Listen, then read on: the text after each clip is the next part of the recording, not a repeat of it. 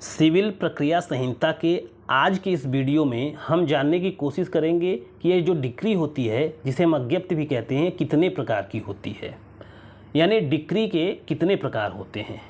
देखिए, सिविल प्रक्रिया संहिता की धारा 2(2) में जो डिक्री की परिभाषा दी गई है, उसमें डिक्री के केवल 2 प्रकार बताए गए हैं, केवल 2 प्रकार बताए गए हैं। लेकिन हम यहाँ पढ़ेंगे डिग्री 3 प्रकार की होती है। अब ये तीसरा प्रकार कहाँ से आ गया है? तो देखिए, जो न्यायालय अज्ञप्ति जारी करता है, जो डिक्री जारी करता है, उसकी भाषा के अनुसार उसका निर्वचन करके ये तीसरा प्रकार निकल के आया है। लेकिन वास्तव में डिग्री 2 ही प्रकार की होती है। आइए अब वीडियो को शुरू करते हैं। अज्ञप्ति निम्नलिखित 3 प्रकार की होती है: प्रारंभिक अज्ञप्ति, अंतिम अज्ञप्ति और तीसरा निकल के आया है अंशतः प्रारंभिक और अंशतः अंतिम अज्ञप्ति। तो ये अब शुरू से जानते हैं कि ये प्रारंभिक अज्ञप्ति क्या होती है, प्रारंभिक डिग्री क्या होती है। आइए इसको जानते हैं। प्रारंभिक डिग्री या प्रारंभिक अज्ञप्ति क्या होता है? देखिए, धारा 2(2) के स्पष्टीकरण के अनुसार डिक्री प्रारंभिक तब होती है जब वाद को पूर्ण रूप से निपटा दिए जा सकने के पहले आगे कुछ कार्रवाइयाँ किया जाना बाकी है। अतः स्पष्ट है कि प्रारंभिक डिग्री वाद का अंतिम रूप से निस्तारण नहीं करती। कहने का मतलब क्या है? जब न्यायालय गुण दोष के आधार पर सुन करके निर्णय जारी करता है और निर्णय जारी करने के बाद उसका एक प्रमाण पत्र देता है, जिसको डिक्री कहते हैं। और आप जानते हैं, डिग्री जब अज्ञप्ति जारी कर देता है तो इसका मतलब न्यायालय को उस पर कुछ कहना शेष नहीं है, वह अंतिम डिक्री होती है। लेकिन न्यायालय कह देता है, कभी कभी शर्त लगा देता है या किसी बात को कह देता है कि यह डिग्री अंतिम तब होगी जब फला कार्य को कर लीजिए, जब फला बात निस्तारित कर लीजिए, तब उस डिग्री को प्रारंभिक जो अंतिम डिग्री के साथ लगी होती है उसको कह देते हैं प्रारंभिक डिग्री। तो इसका मतलब ये है कि प्रारंभिक डिग्री जो होता है वह अंतिम डिग्री के पहले जारी किया जाता है। दोस्तों, जैसे यहाँ एक उदाहरण दिया हुआ है, इसको आप पढ़ लीजिए तो एकदम बिल्कुल बात समझ में आ जाएगा। जैसे भागीदारी के विघटन के वाद में अंतिम डिग्री के पूर्व न्यायालय का पक्षकारों के आनुपातिक अंश निर्धारण के लिए आदेश प्रारंभिक डिग्री का उदाहरण है। इसका क्या मतलब है? आइए इसको देखते हैं। जैसे कई भागीदार हैं, ये फर्म चलाते हैं। अब समय के साथ किसी कारणवश ये फर्म को विघटन चाहते हैं, फर्म का विघटन चाहते हैं।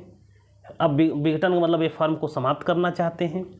इसके लिए वो न्यायालय में जाते हैं। न्यायालय फर्म को विघटित करने का आदेश भी जारी कर देता है। न्यायालय कह देता है कि फर्म का विघटन करने का आदेश दे दिया जाएगा, लेकिन उसके पहले इनका अंश निर्धारण कर लीजिए कि इनको कितने प्रतिशत का आपस में लाभ लेना है, इनके संविदा के अनुसार इनको हानि किस प्रकार से चुकता करना है। कारण ये है, जब फर्म विघटित होगी तो निश्चित है कि फर्म के लाभ हानि को बांटा जाएगा, और लाभ हानि तब बांटा जाएगा जब इनका अंश निर्धारण होगा।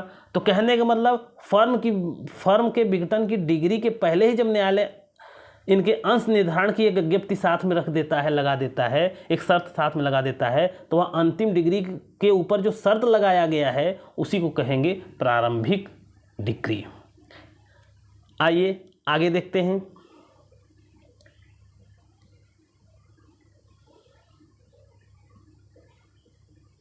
सिविल प्रक्रिया संहिता के अंतर्गत न्यायालय निम्नलिखित मामलों में प्रारंभिक डिग्री जारी करता है। एक है कब्जा और अंतःकालीन लाभ के लिए वाद, जो आदेश 20 नियम 12 में दिया हुआ है। आप सोच रहे होंगे इसमें कैसे प्रारंभिक डिग्री जारी किया जाएगा। देखिए, अगर कोई व्यक्ति कब्जे के लिए वाद लाए तो कब्जे के लिए वाद लाया है और उसका अगर न्यायालय कब्जा निर्धारित कर देता है, तो साथ ही में साथ जो व्यक्ति कब्जा इसके पहले रखा था, या अगर वही व्यक्ति जो कब्जा लाया है वही व्यक्ति अपने कब्जे को कायम रखने के लिए न्यायालय में लाया है, तो न्यायालय अगर किसी को कब्जा छुड़वाएगा, किसी को कब्जा देगा, तो जो व्यक्ति कब्जा छोड़ेगा, यह हो सकता है कि उसने उस संपत्ति से कोई लाभ लिया हो जो प्रत्यक्ष रूप से दिखाई न देती हो, लेकिन अप्रत्यक्ष रूप से उसने उस संपत्ति का लाभ लिया हो। तो अगर न्यायालय कह दे कि उस संपत्ति से अंतःकालीन अगर कोई लाभ है तो वो पहले निर्धारित कर लीजिए, उसके बाद कब्जा को अंतिम करिए, तो इस तरीके के वाद को भी प्रारंभिक जो है डिग्री कहते हैं। प्रशासनवाद, ये प्रशासनवाद क्या होता है? जैसे कभी कभी आप देखते हैं कि किसी व्यक्ति की किसी व्यक्ति ने कोई संपत्ति दिखा करके कई लोगों से ऋण ले लिया है। अब ऋण ले लिया, अब ऋण लेने के बाद वो मर गया तो उसके उत्तराधिकारी इस संपत्ति को पा गए। अब उत्तराधिकारियों के विरुद्ध इन ऋणदाताओं द्वारा जो मुकदमा लाया जाता है दीवानी न्यायालय में, उसको प्रशासन का वाद कहते हैं। ऐसी स्थिति में न्यायालय अगर ये तय करे कि लेनदारों को का अधिकार है यह अज्ञप्ति जारी करे लेनदारों के वाद पर, कि लेनदारों का अधिकार है कि उनके ऋण को उनको वापस किया जाए, तो इसके पहले जिन उत्तराधिकारियों ने जिस प्रतिशत में संपत्ति प्राप्त किया है उनको उसी हिसाब से चुकाना होगा। तो अब प्रशासन के बाद में न्यायालय यह कहे कि लेनदार अपना ऋण लेंगे उत्तराधिकारियों से, लेकिन उसके पहले किन उत्तराधिकारियों ने कितना प्रतिशत संपत्ति प्राप्त किया है यह तय कर लिया जाना चाहिए। किस उत्तराधिकारी ने कितना संपत्ति पाया है यह तय कर लिया जाएगा, तब लेनदारों की यह डिग्री अंतिम होगी। तो जब अंतिम डिग्री के साथ कोई शर्त लगा दिया जाता है, कोई बात तय कर दी जाती है, वह प्रारंभिक अज्ञप्ति होती है। इसी तरीके से सिविल प्रक्रिया संहिता में सुफा के दावे के लिए वाद, मालिक और अभिकर्ता के बीच लेखा के लिए अगर कोई वाद लाया गया है, संपत्ति के विभाजन एवं पृथक कब्जे का वाद, पूर्वबंध का वाद, बंधक संपत्ति के विक्रय का वाद, बंधक संपत्ति के मोचन का वाद, इन सब वादों में अक्सर न्यायालय अंतिम डिग्री जारी करने के पहले ही एक प्रारंभिक डिग्री जारी करता है। और ये लिस्ट यहाँ देख लीजिए, उपरोक्त सूची संपूर्ण नहीं है। संहिता के अंतर्गत कुछ अन्य मामले में भी प्रारंभिक अज्ञप्ति जारी की जा सकती है। तो इस तरीके से आपने देखा प्रारंभिक डिग्री क्या होती है, जो अंतिम डिग्री के पहले जारी की जाती है। अंतिम डिग्री के संबंध में उसको अंतिम बनाने के पहले किसी बात का किया जाना अगर निश्चित किया गया है तो इस प्रकार की अज्ञप्ति को प्रारंभिक अज्ञप्ति कहते हैं। अब आते हैं, देखते हैं अंतिम अज्ञप्ति क्या होता है, ये अंतिम डिग्री क्या होती है। अंतिम डिग्री धारा 2.2 के स्पष्टीकरण के अनुसार किसी डिग्री अंतिम तब होती है, धारा 2.2 के स्पष्टीकरण के अनुसार डिग्री अंतिम तब होती है जब वह वाद को पूर्ण रूप से निपटा देती है। अतः स्पष्ट है कि जब न्यायालय द्वारा अंतिम डिग्री पारित कर दिया जाता है तो इसका तात्पर्य यह है कि उस विषय पर न्यायालय को कुछ कहना अब शेष नहीं रह गया है। यानी डिग्री को अंतिम नाम में ही अंतिम है। अंतिम का मतलब अब इसके बाद कोई डिग्री नहीं जारी की जाएगी।